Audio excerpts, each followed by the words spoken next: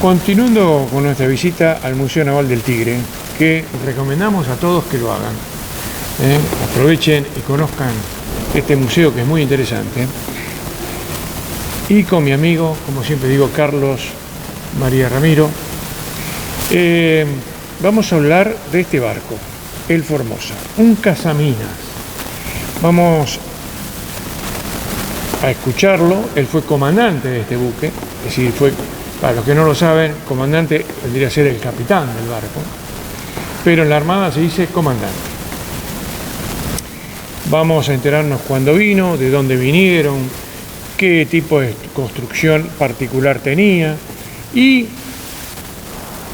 qué finalidad tenía y la diferencia de este cazamina con lo que es un barreminas. Muchos conocen la palabra barreminas, quizás cazaminas no tanto, pero bueno, Carlos María nos va a explicar un poquito cuál es la diferencia y qué tiene cada una de las cosas que estamos viendo aquí en cubierta. Bueno, te escucho. ¿Cómo no? Bueno, muchísimas gracias. Bueno, como dice acá Francisco, sí, yo tuve la suerte de ser comandante casualmente de este cazaminas, el Formosa. En la Armada Argentina teníamos dos cazaminas, el Formosa y el Chaco. Y luego teníamos 4 barreminas. Este conjunto de 6 buques fueron construidos en Inglaterra y pertenecen a la clase Tom, que se llama, se los conocía como clase Tom. Gran Bretaña tiene una gran experiencia acumulada en lo que hace a la parte de guerra contra las minas o antiminado, como quieran llamarlo. Experiencia que viene de la época, ¿no es cierto?, se quiere, que aparecieron los primeros artefactos explosivos subacuos, como se conocen a las minas. Bueno, la diferencia fundamental que tenemos entre un cazaminas y un barreminas, la más importante de todas, es que el cazaminas tiene un sonar.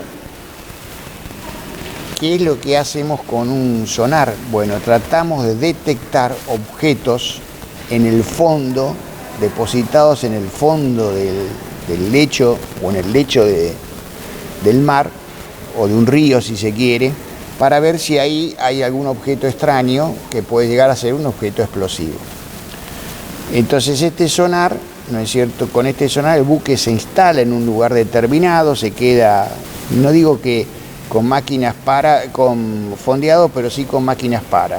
Obviamente fondea si hay correntada, para que no se mueva el buque. Entonces, una vez que se investiga el lugar y se detecta un objeto, que posiblemente puede ser una mina, porque la caracterización o la categorización requiere, si se trata de una mina, requiere que tengamos certeza de que eso es una mina y no otro tipo de artefacto que está en el fondo del lecho del río o del mar.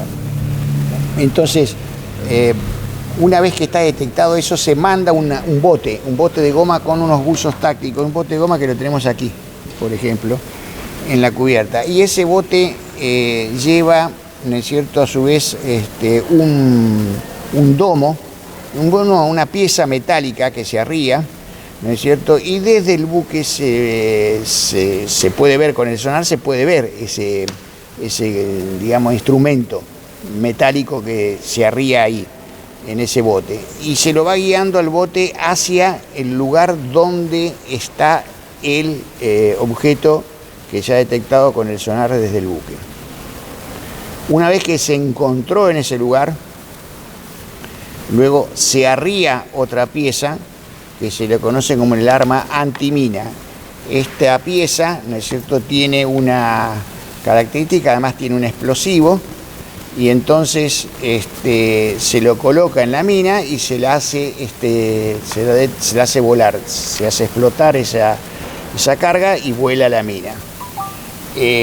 Lo que suele suceder es que en momentos antes de hacer esta investigación o esta búsqueda, cuando llegamos al lugar donde está el posible artefacto explosivo submarino o mina, Suelen mandarse buzos tácticos que además son capacitados en buceo de antiminado, con unos equipos especiales que son amagnéticos.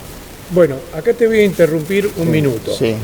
porque no las minas que nosotros, por ejemplo, vemos normalmente en las películas, es un buque pasa, golpea la mina y la mina explota. Sí, son Pero minas de vos contacto. Son minas de contacto, exacto. Es decir, el buque golpea, se produce la rotura de un sistema, pero vos estás hablando de otra cosa. Así Estás hablando de una mina magnética. Entonces, ¿qué pasa? Ahí ya el buzo va con un equipo especial que es amagnético. A ver, exactamente. ¿Y por qué la mina magnética? Porque cuando el barco pasa, ¿qué pasa? El hierro del barco influye en la mina. Claro, cambia la mina magnética tiene un sensor que está graduado de manera tal de que si varía la intensidad del campo magnético, estalla.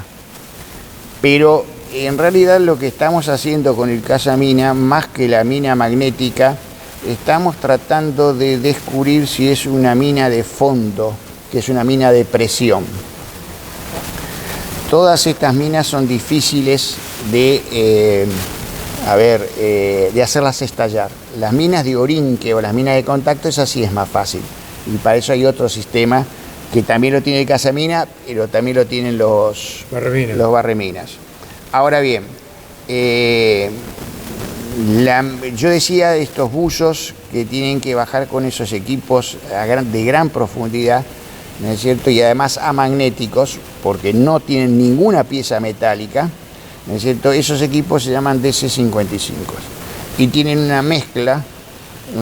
El buzo puede variar el porcentaje de oxígeno y de nitrógeno entre esa mezcla, ¿no es cierto? Con adiestramiento, obviamente, ¿no es cierto? Y para que a medida que vayas pasando determinada profundidad, vas incrementando la cantidad de nitrógeno y disminuyendo la cantidad de oxígeno. Bien, entonces, una vez que está comprobado, ¿no es cierto?, que eso es un artefacto explosivo, entonces se lo procede a hacer detonar, por ejemplo, con la alarma antimina, o si no, con otra carga de profundidad que lleva el buzo y la coloca, y la instala y la hace volar.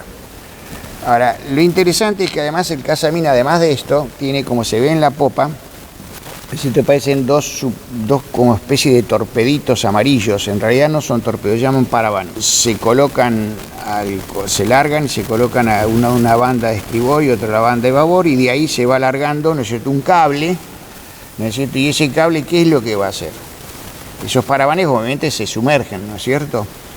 Y se los regula para la profundidad que tienen que estar.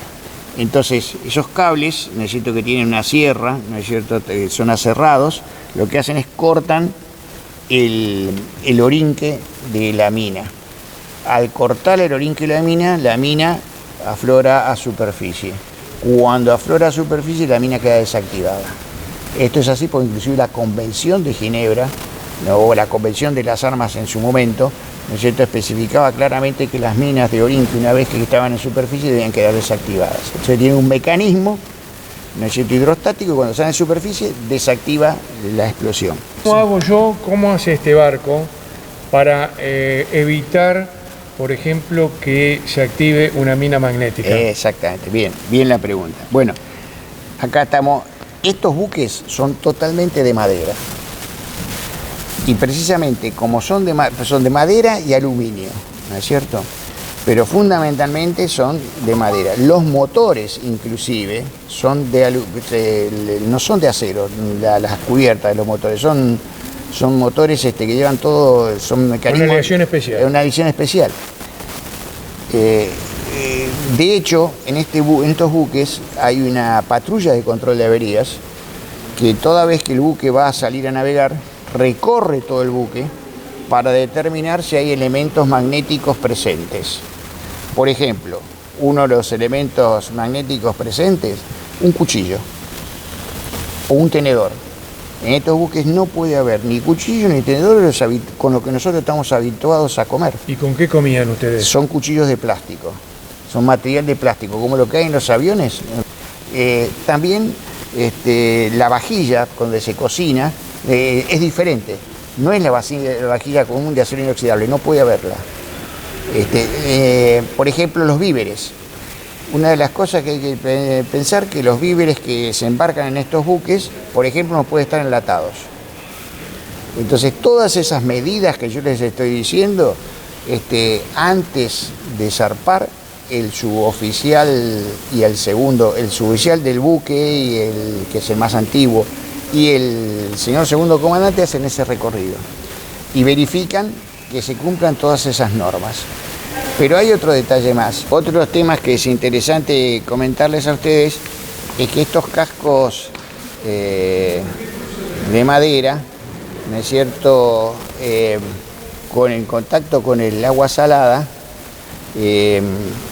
provocan una especie de gusano o microorganismo, que si no mal recuerdo que llamaban teredos, que para poderlos matar o combatirlos, para que no sigan comiéndose la madera del casco, los buques tienen que periódicamente navegar en aguas, en vez de saladas, aguas dulces. Por eso que estos buques, una vez al año, generalmente tenían que hacer o una vez al año o a lo sumo cada 2 años, pero no más de eso, tenían que hacer una navegación por los ríos. Entonces, con el contacto ahora del casco con el agua dulce, mataba a esa especie de gusano que yo le llamo, o teredo creo que se llamaba, no me acuerdo bien. Pero bueno, esto era importantísimo porque si no hacemos eso, puede ser que entonces ahora el casco quede agujereado, y al quedar el casco agujereado entrará agua.